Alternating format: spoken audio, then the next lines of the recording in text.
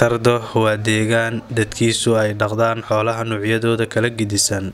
6 bilood ka hor waxaa laga xoreeyay khawaarijta argagixisada Al-Shabaab. Balse dadka degan Tardo iyo deegaanada ku hareeraysan xaaladooda nololeed, mid caafimaad, mid waxbarasho aad ayay u liidataa. Marka laga xoreeyay khawaarijta ilaa iyo hadda wax gargaar ah oo dhanka dowladda ama hay'ad ah soo ma gaarin dadka ku nool deegaanadan. Al-Shabaab ayaa 15 sano waxa ay ku hayeen caburis dadka degan Tardo, halka qofka leh 10 neef oo geel ah ama ari ah marka uu soo dhaamiyo ceelka ay ka qaadan jireen 1 neef oo baad ah, halka dadka qaarna ay sameyn jireen calaa canug oo u jooga guriga 2 neef inay u soo dhiibaan. Xoolahana asaas lagu biyisiin jiray. Khawaarijta Al-Shabaab waxa ay gabaad ka dhigan jireen diinteena suuban, ayagoona dadka shacabka ee degan Tardo deegaanada ku hareeraysan iyo dadka musaafurka ay ku dhacayeen. Balse Ilaahay xamdigii, shacabka oo kacay garabna ka helay dowladda way iska dulqaadeen, waxaana ka jiro deegaanada laga sifeeyay cadowga xaalad nololeed oo aad u liidato.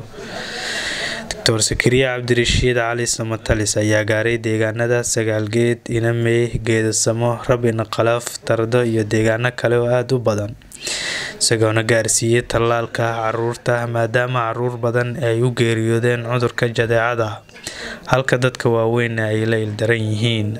Ma jiro goob caafimaad oo ku yaalo deegaanadaasi, haba ugu yaraadee xitaa farmashi. Qofka marka uu xanuusto ama ay hooyo foolato waxaa loo soo qaadaa Buulo Burde oo 75 kiiloomitir u jirto, wadaduna ay tahay mid bacaad saa'id ah, gawaariduna ay galayaan, dadka qaarna ay u geeriyoodaan dhererka wadada awgeeda. Caruurta waxaa ka muuqato diif, haraad, marka ay maqlaan tallaal ayaa la keenaa, waxaana ay ka soo lugayaan meelo aad u fogfog, halka kuwa qaarna ay iska istaagaan wadooyinka si loogu tallaalo. Xiteer ma oga in wadada la soo marayo iyo in kale. Isgaarsiin kama jirto meelaha qaar. Caruurta marka la tallaalo qaarkood waxa ay ku leeyihiin ma wadaan wax la cunayo, gaajo saa'id u daran ayaana ka jirto deegaanadaas. Maxamed Xasan Xalane iyo Dr. Zakariya Cabdirashiid Cali Samatalis ayaana ka hadlay xaaladaha nololeed iyo mid caafimaad ee ka jirto deegaanada ay soo arkeen. Waxaan halkan aan ka codsanaynaa dowlad goboleedka Hirshabeelle iyo dowladda federaalka Soomaaliya, maadaama aan nahay dadkii deegaanka ku dhaqnay deegaanka Tardo iyo tuulooyinka hoos yimaada, waxaan ka jirin waxyaalihii aasaasiga ahaa oo nolosha bini'aadamka ku tiirsaneed, sida goobaha caafimaadka, sida iskuuladii iyo waxbarashadii iyo wax la mid ah. Waxyaalahaas oo dhan way ka baaba'een maadaama khawaarijtu dhibaato aad iyo aad u baahsan ay ku haysay dadkaas mujtamaca oo halkaas bulshada degan, oo loo diiday xitaa dugsiyada quraanka inay haytaa ay bataan loo diiday.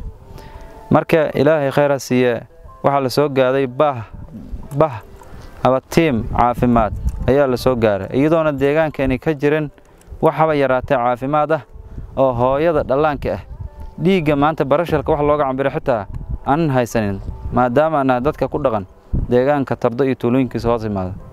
Marka dhammaantaayna waxaan u baahannahay goobo waxbarasho, ayaan u baahannahay, waxaan u baahannahay goobo caafimaad, baan u baahannahay, waxaan u baahannahay wax qof ibn aadam uu u baahato oo u baahan yahay kale ayaan u baahannahay. Waxaan beesha caalamka iyo dhammaan hay'adaha samafalka ka codsanaynaa inaad deeq degdeg ah samafal degdeg ah la soo gaado dadka bulshada ku dhaqan deegaanadaas. Magacayga waa Dr. Zakariya Cabdirashiid Cali. waxaan maalmahan safar gaaban oo baahiyaha caafimaad ay ka jireen meelihii dagaaladii ama khawaarijtii laga saaray laga xoreeyay, baahiyaha caafimaad ay ka jirta maalmahan kormeerinay. meelaha aan tagnay waxaa ka mid ah horta safarkeena wuxuu qaatay muddo 5 casho ah ilaa ay Tardo inaan tagno. tuulooyin badan oo hoos tagto ayaa jiro oo aan tagnay si volunteer oo mutadawacnimo u tagnay. meelahaas waxaa ka mid ah Tardo ka mid ah, waxaa ka mid ah Sagaalgeed ka mid ah, Inamey ka mid ah, waxaa ka mid ah Geedasamo ka mid ah, ma ay tuulooyin fara badan oo magacyadooda halka lagu soo koobi karin. waxyaabaha aan u tagno waxaa ka mid ah koow inaan horta assessment aan ku suubino, aan soo ogaano baahiyaha caafimaad ee halkaas ka jirto. baahiyaha caafimaad oo aad u baahan meesha ka jirta. waxaa ka mid ah waxyaabaha in horta cudur waxaa ka dilaacay cudurka jadeeco.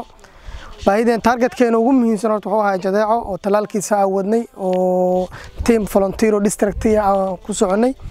waxyaabaha kale oo baahiyaha jiro waxaa kamid nutritional problem ka jirta meeshii ilmo aad oo nafaqa dar ugu muuqato waxyaabaha kale oo ka jiro tusaalahan MCH level ma lahan ama primary health unit ma lahan marka wasaaradda caafimaadka ama heer state ama heer federaal waxaan ka codsanaynaa in arintaas degmada tuulooyinkaas iyo deegaanada aan soo tirin ka jirto sida uu dhaqsiyaha badan laga soo gaarsiiyo baahiyaha caafimaad ee ka maqan waxyaabaha qaar aan tuulooyin ku soo aragno waxa kamid ah haddii maanta hooyo u baahato ama talaal u baahato ama u baahato waxyaabo yar aad u yar u baahan tahay oo pressure-ka xataa in la cabiro u baahan tahay ayna jirin wax xataa pressure-ka loogu cabiro ayna jirin marka wasaaradda caafimaadka heer state iyo heer federaal waxaan ka codsanaa arintaas inay wax ka qabato waxaan rajaynayaa insha Allah haddii talaalo fara badan inaan meelaha si mutadawacnimo inaan u geey doono haddii la yiraahdo meelaha ka dhima inta karaankeena waxaan marka ka codsanaa arintaas inay nala xaliso wasaaradda caafimaadka haday tahay heer state iyo heer federaal Sakariya Cali Raage warbaahinta qaranka